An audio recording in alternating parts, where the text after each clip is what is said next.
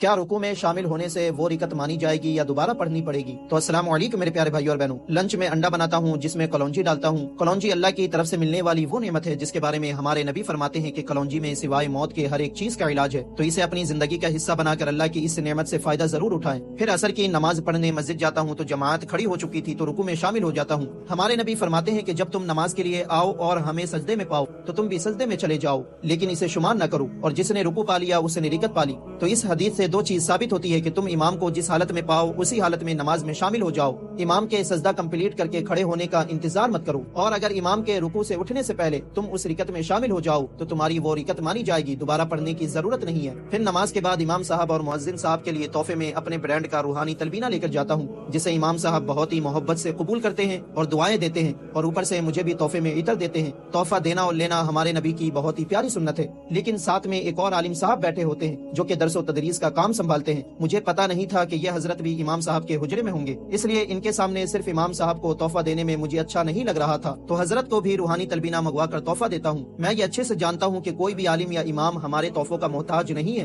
वो इनके बारे में सोचते तक नहीं और ना इन चीजों की वो लालच रखते हैं। लेकिन हमारा यह हक बनता है कि हम इनका ख्याल रखें, जो कि हमारे लिए शर्फ की बात है, और कभी भी मजलिस में मौजूद किसी को कमतर या मामूली फील न कराए।